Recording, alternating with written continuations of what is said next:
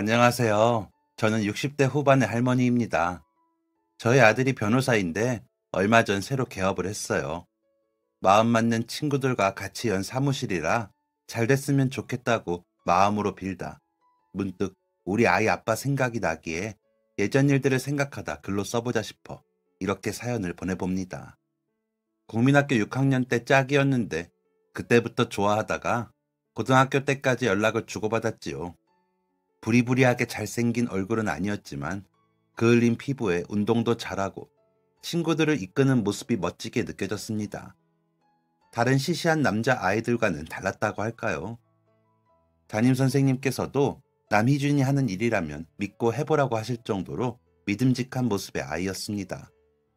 그러다 보니 압도적인 표 차이로 1학기, 2학기 반장을 했습니다. 같은 반이 아니어서 몰랐는데 계속 반장이었다고 하더라고요. 아마 모르긴 몰라도 저 말고도 저희 아이 아빠 좋아했던 여학생들이 꽤나 있었을 겁니다. 나중에 동창회에 가서도 그런 이야기를 듣기도 했고요. 돈 많은 집 아이들이 아무리 물량 공세를 해도 그 인기를 이기지 못했으니까요. 공부도 잘했고 경우에 어긋나는 법이 없고 어려운 친구나 도움이 필요한 친구가 있으면 언제나 나서서 도와주는 친구였기에 그 신임이 두터웠죠. 그런 모습이 좋았습니다. 새 옷이 아니어도 깔끔하게 챙겨 입을 줄 알고 그 나이 남자 아이들에게 나는 땀 냄새도 나지 않고 비누 냄새가 나는 아이이기도 했고요. 그 당시 저희 집은 좀 잘 사는 편이라 금전적으로 더 여유가 있는 저였는데도 아이 아빠 앞에서만은 주눅이 들고는 했습니다. 눈에서 뿜어져 나오는 기세 자체가 다른 아이였거든요. 그런 아이와 짝이 되고 나서 저는 얼마나 설렜는지 모릅니다. 사실 6학년 교실에 들어서자마자 처음 본 아이가 아이 아빠였고 첫눈에 반했거든요. 그때는 저보다 키도 작았는데 어찌나 똘망똘망 기세가 좋던지 진짜 뭐라도 될 사람이라 느꼈습니다. 제가 사람 보는 눈은 있었던지 그 느낌은 맞아떨어졌습니다. 개학하고 얼마 지나지 않았을 때인데 쉬는 시간에 갑자기 교실 한편이 시끄러워졌습니다. 덩치가 큰 아이가 작은 아이와 시비가 붙어 치고받고 싸우고 있었던 겁니다. 제 짝이었던 아이 아빠는 빠르게 그 사이로 비집고 들어가더니 가로막고 싸움을 말리더군요. 무슨 일이야? 교실에서 누가 주먹질을 하냐? 라며 단호한 말투로 말하는 아이 아빠에게 덩치가 큰 아이가 넌 뭐야? 상관 말고 빠져. 너도 애미 애비가 버리고 할머니랑 사는 이 자식 편이냐? 라며 이죽거리더군요. 그 순간 아이 아빠는 그 덩치 큰 아이를 유도 기술인지 씨름 기술인지 모를 기술로 교실 바닥에 꽂아버리더군요. 덩치만 믿고 센 척을 하던 그 아이는 바닥에 대자로 누워있다 벌떡 일어나더니 너 이 자식이 방심하고 있었는데 라며 아이 아빠에게 달려들었습니다. 하지만 번번이 덩치값도 못하고 바닥에 뒹굴었습니다. 그러다 수업이 시작하는 종이 치고 선생님이 오시면서 아이들은 뿔뿔이 흩어져 자리에 앉았습니다. 덩치가 큰 아이는 씩씩거리며 분해하는 게 보였고 아이 아빠는 땀을 흘리면서도 침착하려고 노력했지만 숨소리는 거칠었습니다. 다음 쉬는 시간이 되자 덩치 큰 아이는 너 이따가 학교 뒷마당으로 와. 가만 안 둬. 라며 자리로 돌아갔고 덩치가 작은 아이는 나 때문에 괜히 너까지 싸울 필요 없어. 4학년 때부터 괴롭히던 걸 내가 해결을 못해서 미안하다 라고 하며 눈물을 글썽이며 말하더라고요. 아이 아빠는 그런 아이에게 야, 부모님 대신 할머니가 힘들게 키워주시는데 더 씩씩하게 학교를 다녀야지. 저런 놈 때문에 기죽어 다니면 되겠어? 걱정 마. 내가 반장이 된 반에서는 그런 건 용납 못해. 라더니 전의를 불태우더라고요. 그 열기가 곁에 있는 저한테까지 느껴졌습니다. 하지만 상대 아이가 워낙 덩치가 큰 아이였고 껄렁하기로 유명한 아이라 괜히 싸움이 더 커지면 아이 아빠가 다치지는 않을까 걱정이 되었습니다. 선생님께 미리 말씀드려볼까 싶었는데 괜히 그런 싸움에 말려든 아이 아빠가 혼나지는 않을까 싶어 말씀도 못 드렸습니다. 마음만 졸였죠. 학교가 끝나고 청소 시간이 흐르고 아이들은 싸움이 났다는 뒷마당으로 모여들었습니다. 저도 그들 중 한 명이었죠. 제발 다치지 않기를 바라며 다가간 그곳에는 그 덩치가 바닥에 누워 있었고 아이 아빠는 그 위에 올라타 주먹질을 하고 있더군요. 주변의 아이들은 그간 그 덩치에게 당한 것이 있어서인지 아이 아빠를 응원하고 있었어요. 그러다 덩치 큰 아이가 미안해, 내가 졌어, 미안해 라며 울먹거리고서야 아이 아빠의 주먹질이 끝났습니다. 아이 아빠는 맞아보니 어때? 아프지? 너한테 맞은 아이들은 어떻겠니? 앞으로는 힘으로 누굴 괴롭히고 그러지 마. 나도 이렇게까지 하고 싶지 않았는데 때려서 미안하다. 일어나 라며 손을 내밀더니 그 덩치를 일으켜 세워주더라고요. 옷에 묻은 먼지와 티끌도 털어주고요. 그러자 그 덩치는 어린아이처럼 얼굴을 감싸더니 엉엉 울더라고요. 그러자 아이 아빠는 다들 돌아가. 소란 피워서 미안해. 오늘 일은 비밀로 해주고 라더니 덩치를 데리고 반대편 쪽으로 나가더라고요. 그 뒷모습을 보는데 멋지더라고요. 자기보다 덩치가 큰 아이를 싸움으로 이긴 것도 그랬고 그리고 나서도 망신을 주기보다 다독이는 모습이 진짜 어른스럽다고 생각이 들었거든요. 집에 오빠들이 둘이나 있는데도 그런 모습을 본 적이 없었는데 저랑 같은 학년의 아이가 그럴 수 있다는 게 너무 인상 깊더라고요. 그날 이후 저는 아이 아빠가 더 좋아졌습니다. 하지만 워낙 부끄러움이 많은 탓에 누구에게도 말도 못하고 공책 한 권에 그저 빼곡히 아이 아빠에 대해 써내려가기만 했습니다. 그 공책이 화근이 될 줄도 모르고 저만의 마음을 하나도 감추지 않고 써놓았기에 혹시나 집에 두면 엄마나 오빠들이 볼까 싶어 가방에 가지고 다녔죠. 그런데 그러면 안 되는 것이었습니다. 점심시간에 밥을 먹고 친구들끼리 같이 도서관에서 빌린 책을 반납하려는데 화장실이 급해. 내 가방에 보면 책 있거든? 좀 가져와 줄래? 나 얼른 화장실 다녀올게. 라며 다녀왔더니 교실 안이 난리가 났더군요. 친구는 울 것 같은 얼굴로 한 남자아이를 쫓아다니고 그 남자아이는 킥킥거리며 무언가 큰 소리로 읽는데 제가 쓴 비밀 일기의 내용인 겁니다. 후다닥 달려가 그 공책을 뺏고 박박 찢어 쓰레기통에 넣고는 엎드려 울어버렸습니다. 너무 창피해서 아무 생각도 들지 않더라고요. 친구는 발을 동동거리며 미안해. 책권에다가 공책이 빠졌는데 제가 가져가서는 읽은 거야. 진짜야. 일부러 그런 거 아니야. 라며 같이 울 것처럼 울먹였습니다. 친구가 일부러 그럴 일이 없다는 것을 알았지만 부끄러움은 사라지지 않았기에 눈물이 멈추지 않더군요. 아이 아빠는 그런 채게 조용히 울지 마. 내가 선생님께 말씀드려줄게. 저 녀석도 재미로 그런 거지. 너 망신 주려고 한 건 아닐 거야. 라며 달래는데 더 창피해 고개를 못 들겠더라고요. 그래서 수업 시간에 아프다고 하고 양호실에 가서 약을 먹고 침대에 누웠습니다. 마지막 수업 시간이 끝날 때까지 교실로 돌아가지 않을 작정이었습니다. 그런데 다음 쉬는 시간에 제 일기를 읽은 아이를 데리고 아이 아빠가 양호실로 왔더군요. 야, 빨리! 라며 제 곁으로 그 아이를 민 아이 아빠는 조용히 돌아갔습니다. 그 아이는 미안, 공책이 펼쳐졌는데 하트도 있고 그래서 호기심에 읽다가 미안하다. 난 장난이었는데 너는 창피했을 것 같아. 미안해. 라고 사과를 하더라고요. 사과를 받으면서도 눈물이 주룩주룩 흐르고 뭐라고 대답도 못하고 있는데 갑자기 배가 아프더라고요. 그래서 배를 붙들고 울고 있는데 양호 선생님이 돌아오셔서 이렇게 아프면 조퇴하는 게 좋겠어. 어머니 불러줄까? 라고 하시는데 이런 일로 엄마까지 오시게 하고 싶지 않아. 아니요. 조금만 참았다가 제가 혼자 갈게요. 라고 하고는 약을 받아먹고는 다시 자리에 누웠습니다. 교실로 돌아가 아이 아빠를 다시 만날 일을 생각하니 머리가 아팠습니다. 짝인데 내일 학교 와서는 어쩌나 싶고 앞으로 어쩌나 싶어서 머리가 어지러울 지경이었습니다. 수업을 마치는 종소리가 들리고 양호실 밖으로 나갔지만 바로 교실에 갈 엄두가 나지 않았습니다. 그래서 괜히 교실로 가는 발걸음을 늦춰 천천히 교실에 도착했죠. 청소가 끝나고 정리를 하는 반 친구들의 모습이 보이자 가슴이 터질 듯이 두근거렸습니다. 가방을 챙기기 위해 큰 마음을 먹고 교실 안으로 들어선 순간 저는 모두가 돌아볼 거라고 생각했지만 아이들은 모두가 아무렇지 않아 했습니다. 너무 유난을 떤 것 같아 민망하리만큼이요. 그래도 혼자 다급하게 가방을 챙겨 교실 밖으로 나왔습니다. 집으로 돌아가는 내내 혹시나 저에 대한 이야기가 들리지는 않을까 싶어 고개를 푹 숙이고 걸었습니다. 집에 도착할 때까지 다급한 발걸음은 멈출 수 없었습니다.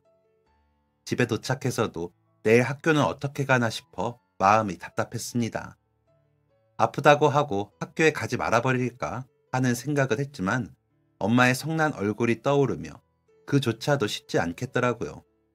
그러고 있는데 대문을 두드리는 소리가 들리더니 인수가, 나야 희정이 라는 소리가 들리더라고요.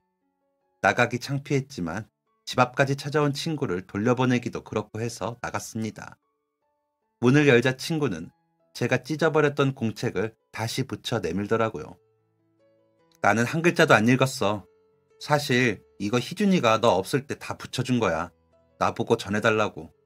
다른 애들한테도 모른 척 해달라고 부탁을 해서 다른 애들도 모른 척 한 거고. 아마 애들 다 모른 척 할 거야. 다들 희준이 말이라면 잘 따르잖아. 희준이 진짜 괜찮은 애인 것 같아. 좀 애늙은이 같아서 그렇지. 미안해. 내가 조심했으면 이런 일 없었을 텐데. 라며 다시 한번 사과를 했습니다. 공책을 받아들고 친구에게 고개를 끄덕이고는 저는 다시 방으로 들어갔습니다.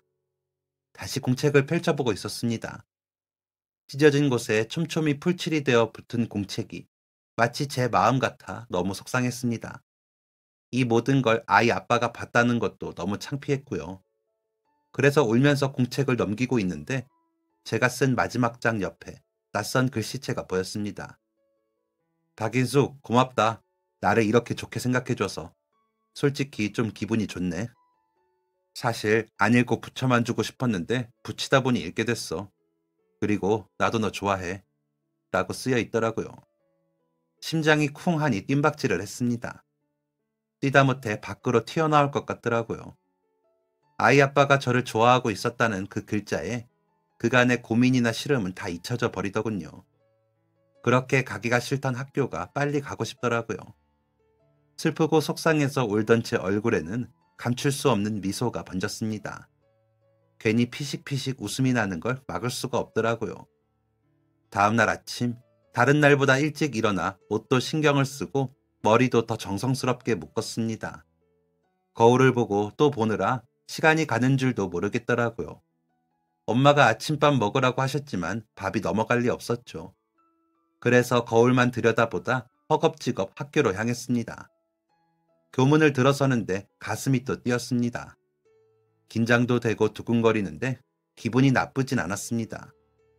교실 문을 들어서니 친구들이 인사를 건네 같이 인사를 하고는 자리에 앉았습니다. 가방 안에 있는 책들을 정리해 책들을 넣기 위해 책상 안을 다시 살피는데 낯선 공책 하나가 있더군요. 이름에는 남희준이라고 적혀서요. 얼른 꺼내 가방 안에 넣고는 아무렇지 않은 척 책상 안에 다른 책들을 넣었습니다. 아이 아빠는 그날부터 저에게 더 잘해주었습니다. 정말 누가 봐도 아이 아빠가 저를 좋아하는 게 티가 날 정도로요. 얼마 지나지 않아 아이들 사이에는 저희가 사귄다는 소문이 났다고 하더군요. 그 바람에 다른 여자아이들이 저에게 샘을 부리느라 시비를 거는 일도 종종 있었습니다. 야, 쟤가 잘 살아서 옷도 잘 입고 그러니까 희준이가 홀린 거지. 예쁘지도 않구만. 이라며 제가 지나가면 일부러 큰 소리로 말하고는 했고요. 저는 그런 아이들이 그렇게 하는 것이 상관없었습니다. 아이 아빠와 서로 번갈아가며 쓰기 시작한 공책에 아이 아빠가 그런 말을 써놓았더라고요. 우리 형이 그러는데 사람들이 시선에 따라 움직이다 보면 진정한 자유를 얻지 못하는 거래. 그러니까 누가 뭐라고 하든지 신경 쓰지 말고 우리가 해야 할 일에 최선을 다하며 지내자. 그래야 나중에 우리가 더 당당할 수 있지. 라고요. 13살밖에 안 된 어린아이가 하기에는 참 멋지고 어려운 말이었는데도 아이 아빠는 그런 말을 하는 것에 스스럼이 없었습니다. 아이 아빠에게는 띠동갑의 형이 있었는데 그 형이 그런 이야기들을 많이 해주시는 것 같더라고요. 생각해보면 형의 그런 말들을 잘 받아들이고 이해하는 것도 대견한 일이기는 하죠. 그 당시 저는 그런 것들이 더 멋지다고 생각했습니다. 그냥 뭐가 됐든 다 좋아 보였죠. 그렇게 저희는 그 누구도 모르게 번갈아 공책을 쓰면서 마음을 표현했고 서로에게 부끄럽지 않게 학교 생활도 열심히 했습니다. 그러다 보니 성적도 더 좋아졌고 엄마에게도 칭찬도 받았습니다. 원래도 막내딸인 저를 예뻐하시던 아빠는 우리 딸이 최고네. 판사되려나? 라며 좋아하셨죠. 그 정도는 아니었는데 아이 아빠와 관계가 좋아지고 제게는 좋은 일만 생기는 것 같아 기분이 좋았습니다. 하지만 인생은 참 알 수 없는 것이더군요. 갑자기 집이 이사를 해야 한다고 하더군요. 그것도 방 두 칸에 지하도 아닌 것이 지하가 아닌 것도 아닌 집으로요. 오빠들과 아빠가 한 방에서 지내시고 엄마와 제가 한 방에서 지내게 되었습니다. 오빠들 학교는 가까워졌지만 제 학교는 좀 더 멀어졌죠.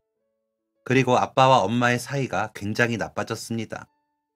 외삼촌이 부탁해선 보증이 잘못되어 그 빚을 저희가 떠안았기 때문이었습니다. 엄마는 오히려 내가 못 갚았어? 그러게 대출을 받아서 빌려줬으면 되잖아. 왜 보증을 서줘서는 이 난리야? 어휴, 내가 창피해서 이제 모임에 어떻게 나가? 보증 서줄 때는 돈 받으려고 혈안이 돼서 서주더니 이렇게 되니까 내 탓이야? 처남도 동생이야. 당신 신보가 그 모양이니까 이런 일이 생기는 거라고. 사업하다 보면 안 될 때도 있는 거 아니야? 그러니까 차라리 우리 갚는 걸로 해서 대출을 해줬으면 이런 일 없잖아. 라며 큰 소리를 치셨습니다.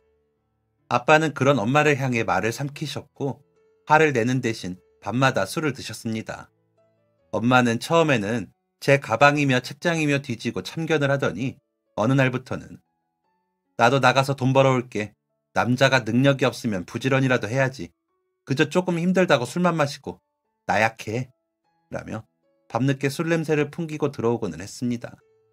아빠는 그런 엄마를 대신해 저희 저녁도 차려주시고 아침도 미리 해놨다가 먹게 해주셨습니다. 엄마는 저희가 학교 갈 때 일어나지 못하셨거든요. 처음에는 집이 그렇게 된 게 너무 창피해 제일 친한 친구들에게도 비밀로 했습니다. 하지만 단 한 사람, 아이 아빠에게는 비밀 공책에 털어놓았죠. 엄마 이야기는 빼고요. 엄마는 도저히 창피해서 말할 수가 없겠더라고요. 아이 아빠는 그런 제게 물론 힘들겠지만 인숙이 너가 더 열심히 공부하고 그래야 부모님도 힘을 내실 거야. 나도 되게 어릴 때 우리 집이 어려워서 형이 대학도 못 갈 뻔했는데 부모님이 열심히 하셔서 갈 수 있었대. 형이 군대 가면서 엄마 아빠 속썩이지 말고 잘 있으라면서 말해줬어.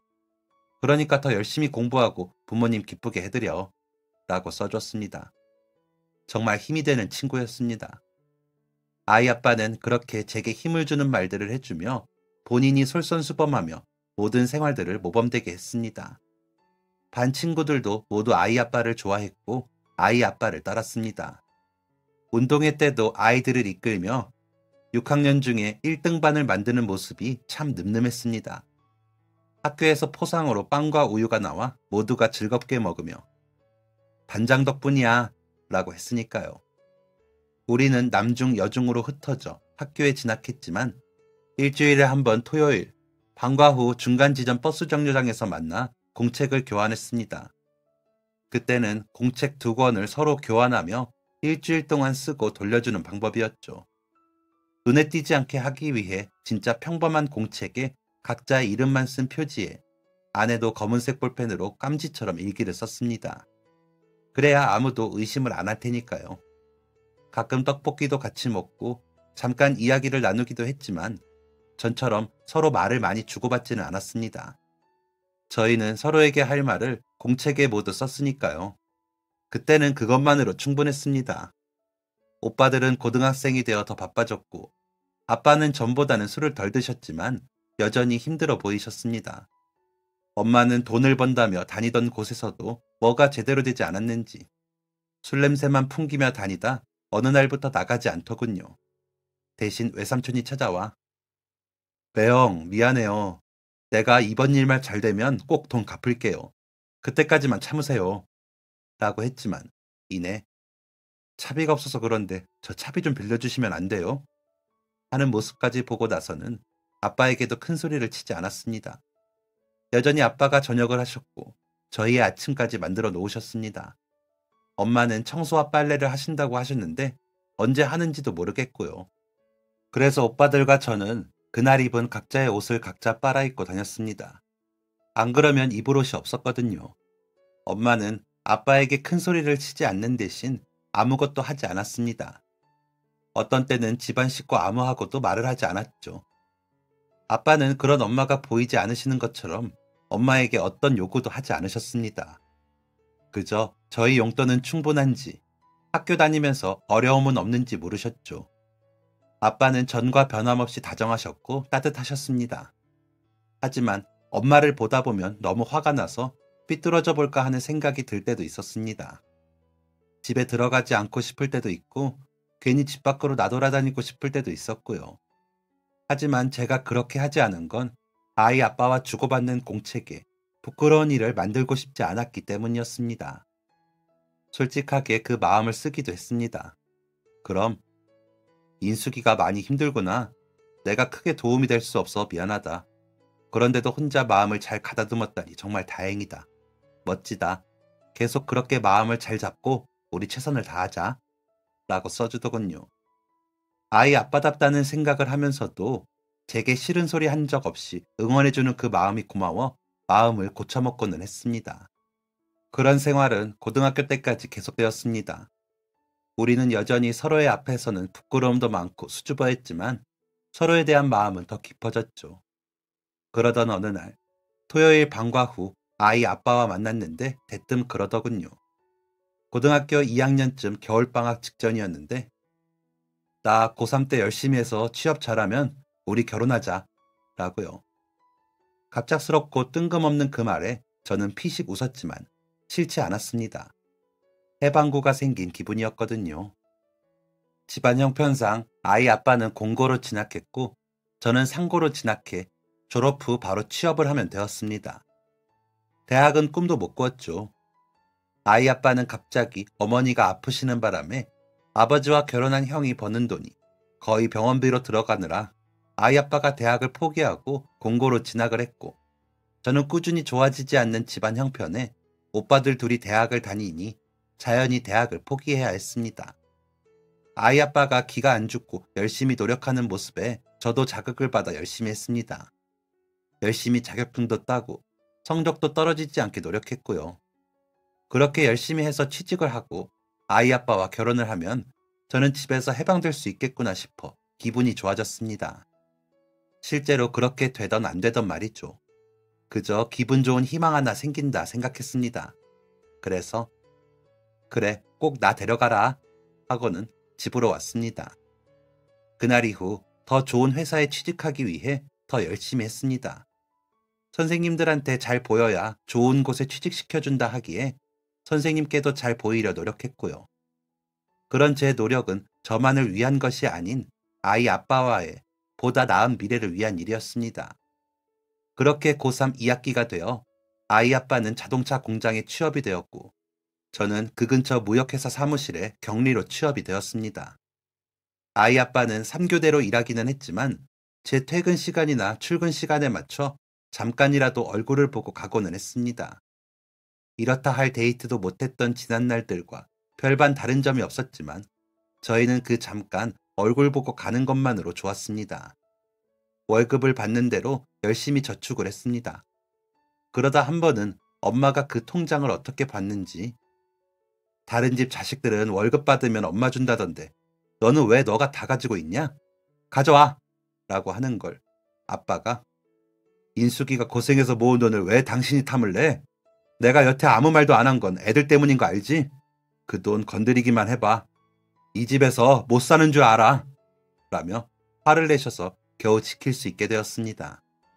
그리고 졸업식이 찾아오고 저희는 서로의 졸업식을 직접 가서 축하해주지는 못했지만 우리 이제 진짜 어른이다 라며 좋아했습니다. 그렇게 어른이 된 걸 축하하고 가끔 저녁에 같이 밥도 먹고 영화도 보며 데이트를 하며 서로에 대한 마음을 더 키워나갔습니다. 더운 여름을 코앞에 두고 아이 아빠가 통장을 내밀며 이것 봐, 잔업도 열심히 했더니 생각했던 것보다 돈이 더 많이 모였어. 이 정도면 우리 회사 근처에 방 하나는 얻을 수 있어. 그리고 이 통장은 혹시나 몰라서 내가 따로 또 모은 거야. 우리 진짜 결혼하자. 라고 하더군요. 몸이 붕하고 떠오르는 것 같았습니다. 제가 오랫동안 사랑하던 사람과 이제 인생을 함께 할 수 있다는 생각을 하니 그보다 기쁜 일이 없었죠. 그간 우리가 써내려간 공책만 하더라도 수십 권이 되어 책보다 두껍게 있는데 이제 그 결실을 맺을 수 있다는 사실이 너무나 기뻤습니다. 오빠들도 아직 결혼을 하지 않았고 대학을 졸업 후 회사에 다니고 있었기에 집 걱정은 덜고 제 욕심대로 아이 아빠와 결혼을 하고 싶었습니다. 그래서 저희 집에 먼저 인사를 갔습니다. 과일 바구니 하나 들고 인사를 온 아이 아빠를 보자마자 저는 웃음부터 나왔지만 어색한 양복이 어디서 났는지 궁금할 뿐이었습니다. 아빠는 놀라셨고 서운해하시긴 했지만 저희가 초등학교 6학년 때부터 가까이 지냈다고 하니 인정해 주시더라고요. 엄마는 참나 저 혼자 살궁리 하느라 통장 쥐고 안 내놨구만. 자식 새끼 키워봤자 아무 소용이 없어. 라며 방문을 닫고 들어가셨습니다. 아빠는 그런 엄마와는 상관이 없는 듯. 오래 만나 알겠지만 우리 인숙이에게 우리가 해준 게 없어. 대학도 포기하고 저 혼자 알아서 컸어. 그래도 많이 아꼈네. 고운 아이야. 잘 부탁하네. 라고 부탁을 하셨습니다. 그런 아빠의 모습에 코끝이 찡해져 눈물이 나려는 걸 겨우 참고 웃어 보였는데 아이 아빠는 아버님이 걱정하시는 마음 잊지 않고 더 잘해주겠습니다. 라며 엎드려 절을 하더라고요. 그리고는 제가 시댁에 인사를 갔습니다. 형과 형수가 맞아주시는 집에 들어서니 아버님이 어머님을 부축하고 계시더라고요. 집안 분위기가 굉장히 따뜻해 보였습니다. 하지만 어머님이 듣던 것보다 몸 상태가 더 안 좋아 보이시더라고요. 제 손을 잡으시더니 우리 희준이가 이야기 많이 했어요. 너무 예쁘다고. 정말 너무 예쁘다. 내가 몸이 안 좋아서 결혼을 좀 서두르라고 체근을 했어. 말로는 안 그래도 빨리 할 거라고 하던데 저 녀석 괜히 떼쓰고 그런 거 아니지? 라고 하시는데 미소가 고우시더라고요. 아이 아빠가 누굴 닮아 그렇게 여유 있고 지혜로운 말들을 하는지 알 수 있었습니다. 아버님은 우리야 지내던 대로 지내면 되지만 새로 살림내면 처음엔 많이 힘들 거예요. 이 녀석이 속썩이면 나한테 와요. 내가 아주 혼을 내서 보낼 테니까 하면서 웃으시는데 너무 좋으셨습니다. 형님은 아이 아빠의 말처럼 생각이 깊고 신중하셨고 형수님은 누가 봐도 자애로운 며느리상이시더라고요. 식사 차려주신 것도 그렇고 어머님 챙기시는 것도 그렇고요. 그런 집에서 자란 고운 사람과 내가 만나 우리 엄마처럼 굴면 어쩌지 싶어 덜컥 겁이 났습니다. 그런데도 욕심이 나더라고요. 나도 이런 사람들과 가족이 되어서 좋은 모습을 본받고 싶다고요. 그래서 다짐을 하고 단단히 마음을 먹었습니다. 더 나은 제가 되자고요. 혼수로는 이불이랑 TV, 냉장고만 하기로 했습니다. 작은 방에 많이 넣지 말자고요. 그렇다고 그릇도 안 할 수 없어 그릇도 샀죠. 그런 거 살 때 엄마들이 알아봐 준다는데 엄마는 따라다니기만 하면서 앞집 아줌마 딸은 시집가면서 통장을 내놓고 갔다더라. 너는 얼마나 주고 갈 거니? 혼수 사고 남은 돈은 주고 갈 거야? 라고 하기에 나 이 돈 가지고 있다가 나중에 아기 낳으면 집 넓혀갈 때 쓸 거야. 희준이 군대도 가야 하고 3년 동안 나 혼자 먹고 살아야 하는데 엄마는 걱정도 안 돼? 돈을 보태주진 못할 망정 달라고? 라고 화를 냈습니다. 그러자 그러기에 왜 군대도 안 다녀온 비린내 나는 애랑 결혼을 하니? 그래서 말인데 이 결혼 지금이라도 물러. 내가 전에 말했던 그 집 있지? 거기서 너만 소개시켜주면 우리 집도 사준대. 라고 하는 겁니다. 엄마는 나이 35살짜리 아저씨한테 날 그렇게 팔아넘기고 싶어? 그 아저씨 다리도 전다며? 몸도 성취하는 사람한테 내가 팔려가듯 그렇게 시집가서 엄마 집 생기면 좋겠어? 그리고 내가 왜? 멀쩡히 좋은 사람이 있는데! 라고 소리를 치고는 그 자리에 엄마를 놓고 와버렸습니다. 그리고 그날 이후 엄마와는 말도 하지 않았습니다. 아빠는 무슨 일인지는 모르셨지만 대충 짐작이 되셨는지 캐묻지도 않으셨죠. 그렇게 날이 좋은 가을날 결혼을 했습니다. 양가 집안 어른들과 친척분들을 모시고 친구들과 회사분들의 축하를 받으며 결혼을 했죠. 저희는 그렇게 부족하지만 행복을 약속했습니다. 여태 약속을 어긴 적이 없던 아이 아빠였기에 저는 더 깊이 믿고 행복한 가정을 만들 생각에 기뻤습니다. 그러다 겨울이 되어 아이 아빠는 영장이 나와 군대에 가야 했습니다. 근 3년을 헤어져 지내야 하다 보니 눈물이 앞을 가리더군요. 다시는 못 만날 사람들처럼 아침 저녁으로 눈만 마주치면 울었습니다. 아이 아빠는 그간 저축해둔 통장을 주면서 인숙이가 알아서 생활 잘하겠지만 혹시 모르니 이거 가지고 있다가 부족할 때 써. 내가 곁에서 더 많이 보태줘야 하는데 이렇게 군대에 가서 미안해. 그리고 가끔은 우리 부모님께 인사를 가줄래? 라며 부탁을 하였습니다. 통장의 돈은 그 당시 저희 생활비로 따지면 3년 조금 못되게 생활비로 쓸 수 있는 돈이었습니다. 얼마나 아끼고 아껴 만들 돈일지 알았기에 또다시 눈물이 나더군요. 회사에서도 아이 아빠 생각을 하면 눈물이 났습니다. 고작 20살의 어린 여자아이가 갓 결혼한 남편을 군대에 그것도 3년이나 보내야 하는 일은 힘든 일이었거든요. 제가 회사를 다니고 있었고 저도 모아놓은 돈이 있다 보니 아이 아빠가 준 돈은 건드리지 않고 있을 수 있겠다 싶었습니다. 그렇게 애틋하게 서로를 아끼며 지내는 동안 시간은 흘러 아이 아빠 입대 일주일 전이 되었습니다. 아침을 차리면서 오늘은 우리 전처럼 나가서 데이트하자. 영화도 보고 포장마차도 가고 하는데 김치 냄새가 역하게 느껴져 구역질이 났습니다. 어제 저녁 먹은 게 얹혔나 싶어 가슴을 두드리는데 아이 아빠가 영화에서 보면 임신일 때 그러는 거 아니야? 라며 웃더군요. 그래서 저도 웃다가 혹시 몰라 달력을 보니 거의 3달을 달 거리가 없었더라고요. 원체 신경 쓸 일이 많을 때는 건너뛸 때가 많았기에 크게 신경을 안 썼는데 혹시 싶더라고요. 그래서 일하는 중간에 속이 안 좋아 병원에 좀 다녀온다고 하고 산부인과에 갔습니다. 축하합니다. 임신이네요. 한 10주 정도 됐어요. 다음엔 아이 아빠랑 같이 오세요. 라며 산모 수첩을 주셨습니다. 얼떨떨 하다가 우리에게 아이가 생겼다는 사실에 감격이 되더라고요. 저녁 때 아이 아빠에게 산모 수첩을 내밀며 나 임신이래. 우리 아이 생겼대. 하면서 말을 전하자 아이 아빠는 그 자리에서 방방 뜨면서 소리를 치며 기뻐했습니다. 그러더니 하필 이럴 때 미안해. 내가 같이 있으면서 먹고 싶은 것도 사주고 같이 병원도 가고 해야 하는데 라며 제 손을 잡고 울더군요. 저는 그런 아이 아빠를 안으며 당신 대신 아이랑 잘 지내고 있을게. 그러니까 건강하게 잘 다녀와요. 다치지 말고. 알았지? 이제 우리들 목숨이 당신한테 달린 거야. 라고 했습니다.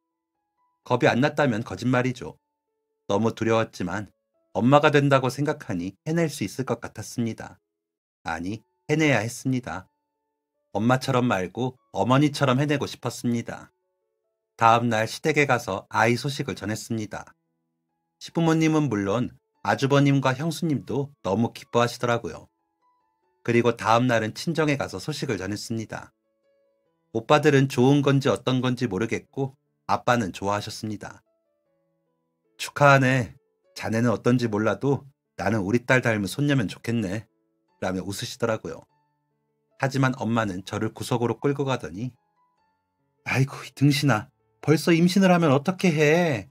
군대에 있는 동안 무슨 일이 있을 줄 알고 내가 병원 알아볼 테니까 유산됐다고 하고 수술해. 애 딸리면 재혼도 힘들어. 라고 하는 겁니다. 그 말을 듣고 저는 화가 너무 나더군요. 엄마, 애 들어. 무슨 소리 하는 거야? 뭐, 수술? 엄마 진짜 제정신이 아니구나. 엄마 머릿속이나 수술 받아. 내 새끼는 내가 알아서 키울 테니까. 아빠, 저 가요. 이제 안 올 거예요. 그리고 이런 말 그런데 제발 엄마랑 이혼하세요. 하고는 아이 아빠를 이끌고 나와버렸습니다. 어안이 벙벙하게 제 손에 이끌려 나온 아이 아빠는 대충 짐작이 됐는지 나 때문에 어머니가 걱정하시지? 미안해. 그런데 나는 주책스럽게 좋다, 인수가. 어머니가 무슨 소리 하셨는지 모르지만 우리 좋게 생각하자. 내가 휴가 나올 때마다 더 잘할게. 라며 저를 달래주었습니다.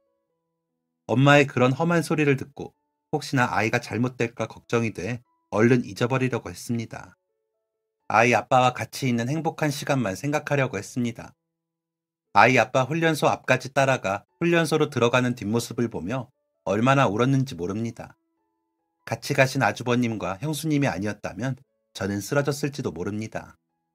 돌아오는 기차 안에서도 얼마나 울었는지 집에 도착하니 눈이 빠질 것 같더군요. 쓰러지듯 잠이 들었다가 일어나니 아무도 없는 텅 빈 집이 어찌나 고요하고 적막해 외롭게 느껴지던지 힘들더라고요. 그렇다고 투병하시는 어머님이 계시는 시댁으로 갈 수도 없고 친정으로 갈 수도 없는 노릇이라 견디는 수밖에 없었습니다. 그리고는 전처럼 공책에 아이 아빠에게 편지를 썼습니다. 매일 몸이 어땠고 입덧이 어땠고 일일이 다 썼습니다. 가끔 시부모님 찾아뵙고 와서도 있었던 일들을 쓰면서 아이 아빠에게 있는 그대로의 제 생활과 감정들을 써내려갔습니다. 임신 5개월쯤이 되어 배가 불러 더 이상 회사를 나갈 수 없게 되자 혼자 있는 시간이 길어지니 공책에 글을 쓰는 시간이 더 많아졌습니다. 아이 이불도 만들고 베네 쪼고리도 만들었지만 혼자 지내는 시간은 지루했습니다. 그래서 더 자주 공책에 제 이야기를 했죠. 가끔 아버지가 찾아오셨습니다. 아이 내복이나 신발들을 사서 오실 때도 있고 아이 모자를 사서 오실 때도 있었습니다. 오셔서는 저를 근처 식당으로 데리고 가 고기를 구워주시고 먹어라. 엄마가 잘 먹어야 뱃속의 아이가 건강하지. 속상한 일은 생각도 하지 말고 아이 생각만 해. 남서방도 곧 휴가지. 라며 챙기셨습니다. 아무 죄가 없는 아빠는 매번 저에게 미안해 하셨는데 매번 잘못하는 엄마는 큰 소리를 치는 게 이상하게 느껴져. 아빠는 왜 엄마랑 계속 살아? 차라리 혼자 사는 게 낫지 않아요? 어차피 밥이며 빨래며 청소며 아빠가 다 하잖아. 집 어려워진 것도 외갓집 탓이잖아. 라고 물으니 인수가 부부는 가끔 남들은 이해 못하는 걸로 헤어지기도 하고 또 같이 살기도 해. 너희 엄마가 지금은 힘들어서 저런데 그렇다고 너희 셋을 낳아 길러준 사람인데 내가 어떻게 헤어지자고 하니? 너희 엄마잖아. 라고 하시는데 눈물이 나더라고요. 제가 울자 아빠는 울지 마. 엄마가 울면 아기도 울어. 그냥 아빠가 이렇게 가끔 올게. 데이트하고 좋네. 라며 웃으시는데 그 미소가 너무 외롭게 느껴져 속상했습니다. 시부모님에게는 느낄 수 없는 외로움이 아빠에게만 있는 게 마음이 아프더라고요. 얼마 뒤 휴가를 나온 아이 아빠는 전보다 더 단단해진 느낌의 사람이었습니다. 하지만 여전히 사람 좋은 미소를 짓고 있었죠. 전보다 부른 제 배를 보고는 아이고 어떤 녀석일지 너무 궁금해. 분명히 용맹하고 씩씩한 녀석일 거야. 아빠 닮아서. 라며 좋아했습니다. 마침 병원에 가는 날이 있어 같이 병원에도 갔습니다. 괴롭히는 사람은 없는지 물으니 아유 걱정 말어. 있어도 내가 당하고만 있을 사람인가? 나 남이준이야. 라며 웃더군요. 그 미소를 보고 안심을 했습니다. 그렇게 군대에서도 잘 지내다 건강히 돌아만 오면 되니까요. 아이 아빠의 첫 휴가는 정말 쏜살같이 흘러갔습니다. 다시 헤어져야 하니 너무 속상하더라고요. 아이 아빠는 제가 적은 공책을 가져가고 제게 본인이 적은 공책을 두고 가더군요. 공책에는 훈련이 얼마나 고됐는지, 그런데도 얼마나 잘했는지, 아이와 내 생각이나 괴롭지만 얼른 시간이 흐르길 바란다는 이야기가 적혀 있었습니다. 그렇게 남편이 휴가를 나오기를 기다리는 생활이 계속되었습니다. 그중 그나마 다행인 건 아이 출산 예정일에 남편이 휴가를 나올 수 있을 것 같다고 하더라고요. 조금은 위안을 삼고 기다렸습니다. 어머님은 조금은 좋아지셨지만 여전히 몸이 안 좋으셨기에 자주 찾아뵙고 이야기를 나누었습니다. 뵈면 뵐수록 배울 게 많은 분이시라 가고 싶더라고요. 형님도 아이 낳고 필요한 게 어떤 건지 알려주시고 준비해 주셔서 너무 감사했고요.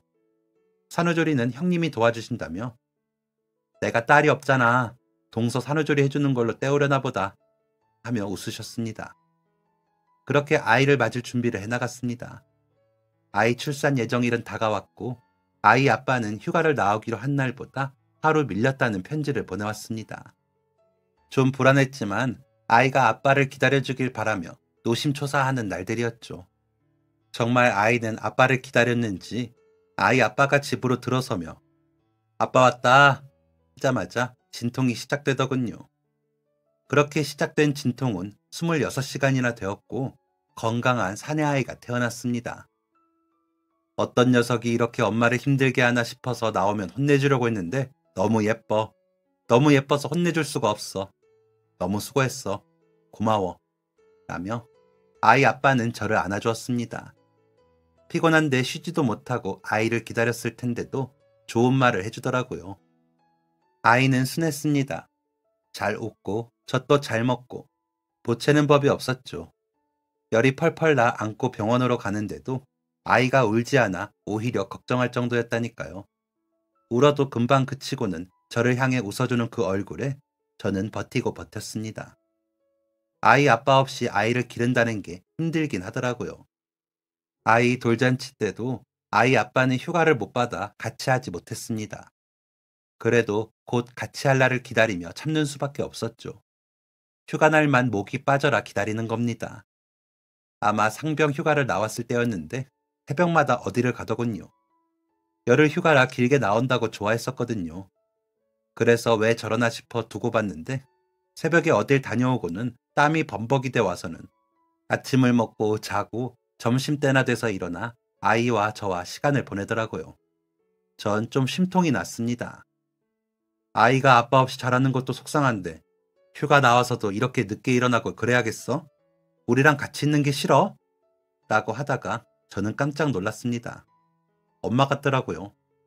그래서 제 입을 막았더니 아이 아빠는 웃으며 내가 후임이랑 약속한 게 있어서 그래.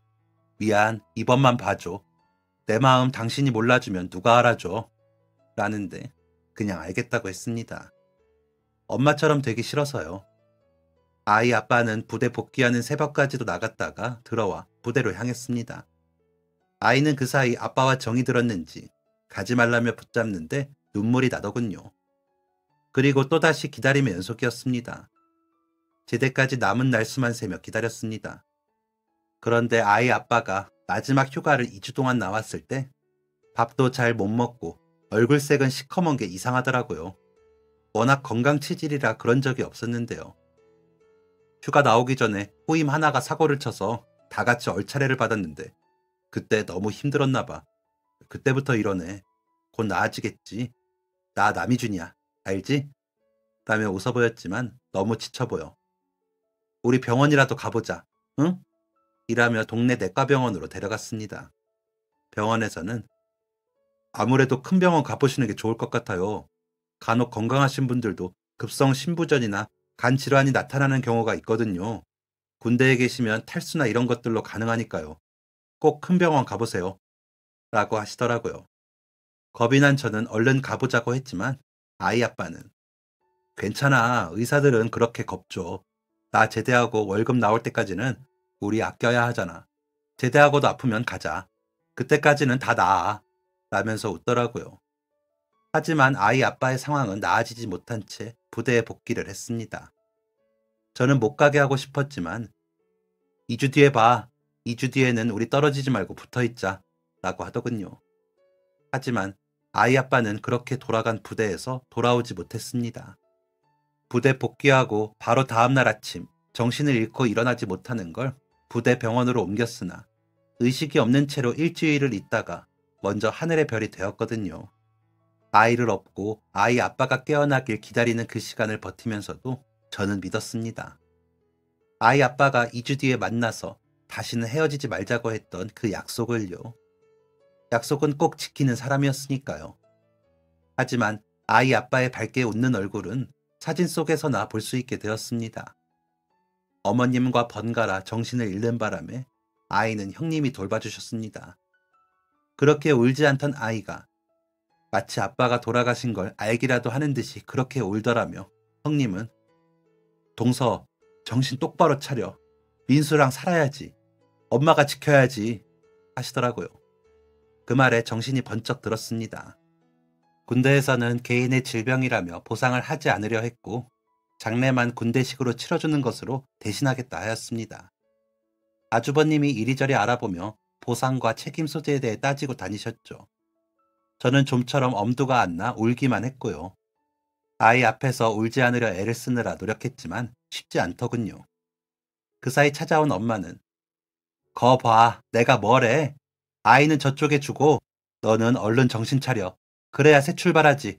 너 아직 젊다. 라고 하는데 물을 뿌리며 가! 당신은 엄마도 아니야. 가! 라며 난리를 치르고 아빠만 오셔서 같이 울다가 가셨습니다. 두 돌이 다 된 아이는 아장아장 걸으며 아빠를 찾는데 아이 아빠는 올 수가 없는 현실이 미칠 것 같았습니다. 그렇게 피폐한 날들을 보내고 있는데 아침 일찍 누군가 문을 두드리며 계십니까? 남병장님 댁 맞습니까? 하는 겁니다. 아이 아빠를 부르는 소리에 놀라 문을 열다 저는 달려가 안을 뻔했습니다. 아이 아빠와 똑같은 군복을 입은 남자가 서 있었거든요.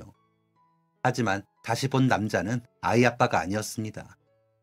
왈칵 쏟아지는 눈물을 참지 못하고 울고만 있는 제게 안녕하십니까? 저는 남병장님과 함께 생활한 김상병이라고 합니다. 라며 경례를 하더라고요. 그러면서 울고 있기에 일단 들어오세요. 라며 집 안으로 들였습니다. 아이도 제 아빠와 착각을 했는지 아빠 하며 나왔다가 아빠가 아니니 제 뒤로 숨더라고요. 그런 아이를 보면서 눈물을 닦은 그 남자는 대뜸 통장을 품에서 꺼내더니 이거 드리려고 왔습니다. 라고 하더라고요. 그래서 이걸 왜 저를 주세요? 라고 하니 남자는 다시 울면서 아이 아빠의 이야기를 하더라고요. 이야기를 듣는 내내 아이 아빠답다라고 생각했습니다. 아이 아빠는 나이는 어리지만 타의 모범이 되는 선임이었답니다. 법대를 다니다 군대를 간 그 남자보다 2살이나 어렸는데도 존경한다는 말이 절로 나올 정도였다고요. 후임들을 모두 살뜰히 챙기고 전략이 좋아 모든 훈련에서 좋은 평가를 받는 사람이었답니다. 그런 아이 아빠가 좋아 가까이 지내다 서로 개인적인 이야기까지 하는 사이가 됐는데 농수산물 시장에서 일하시는 아버지가 갑자기 사고를 당하셔서 이를 도울 일손이 부족하다는 말을 했더니 휴가 나가서 본인이 돕겠다더니 정말로 하루도 빠짐없이 도왔더랍니다. 그리고 바로 그분이 휴가를 나와 가게를 보게 되어 큰 공백 없이 손해 없이 마무리가 잘 됐답니다. 고마워서 일당으로 친 돈을 드리려고 하자 야, 우리 사이에 이런 거 하지 마. 대신 너 법대 졸업하고 뭐가 됐든 나중에 우리 아들 도와줘라. 라고 하더랍니다. 그랬는데 이번 사고가 나서 아이 아빠가 그리 떠났으니 당장 급한 대로 이 돈부터 드려야겠다고 하더군요. 저는 받을 수 없어요. 아이 아빠가 알면 혼나요. 했더니 남병장님이 제대하시면 형수님 고생하신 것 보상하신다고 경제적인 부분 말씀하셨습니다. 받아주십시오. 그래야 제가 체면이 섭니다. 남병장님 아니었으면 저 군생활 못했습니다. 공부만 하다가 가서 몸 쓰는 것 하나도 못하는데 그런 저 지켜주신 게 남병장님이십니다. 이 은혜는 제가 평생에 거쳐 갚는다고 약속했습니다. 제발 받아주십시오. 하더니 그대로 집을 나가버렸습니다. 그 후로 그분의 아버님이 오셔서 과일 한 박스 주고 가시고 제대한 그분이 오셔서 아이와 놀아주시기도 했습니다. 그러다 고시를 보신다며 한참 보이지 않으셨는데 그때도 그분 아버님이 오셔서 뭐라도 주고 가셨고요. 아이와 먹고 살려다 보니 그 도움을 뿌리치기란 쉽지 않더군요. 그러다 아이를 유치원에 보낼 때쯤 동네에 과일 가게를 하나 열지 않겠냐고 하시더라고요. 김상병님은 변호사가 되시더니 아이 아빠의 손해배상을 일부 받아주시더라고요. 그 돈이랑 본인이 받은 첫 수임료를 합쳐서 집과 가게가 있는 곳을 알아봐 주신다고 장사해보자 하시더라고요. 저는 그저 감사했죠. 염치도 없고요. 그런데도 남병장님이 제 생명의 은인인데 무슨 말씀이세요? 제가 이렇게까지 할 때는 다 그보다 더 은혜를 입었기 때문이에요. 라고 하시면서요. 시부모님은 아이를 데려가겠다고 하셨다가 제가 죽는다고 하자 생활비를 일부 보내주셨는데 제가 장사를 하겠다 하니 놀라면서도 좋아하셨습니다. 아주버님은 같이 소송을 쫓아다니시느라 애먹으셨는데도 재수씨 고생 많았어요. 라고만 하시고요. 그렇게 시작한 장사로 저는 여태 먹고 살았습니다. 대형마트가 활성화되던 때에도 저희 가게는 물건이 좋다 보니 장사가 잘 됐거든요. 그 덕에 저희 아들도 법대를 갔죠. 삼촌이라 부르던 김상병님 따라간다면서요. 그러더니 얼마 전에 어려운 사람들 돕겠다고 사무실을 차렸는데 며느라이도 함께 일하는지라 걱정은 되네요. 일이 잘 되길 바랄 뿐입니다. 김삼병님은 여전히 자주 저희와 함께 식사 자리를 마련하십니다. 가족들이 다 성품이 좋아 잘 지내고 있답니다. 이런 연인도 아이 아빠 덕이라 생각하니 먼저 간 그 사람이 그저 그립고 보고 싶을 뿐입니다. 그 사람을 여전히 마음에 품고 재혼은 생각도 하지 못하고 살았네요.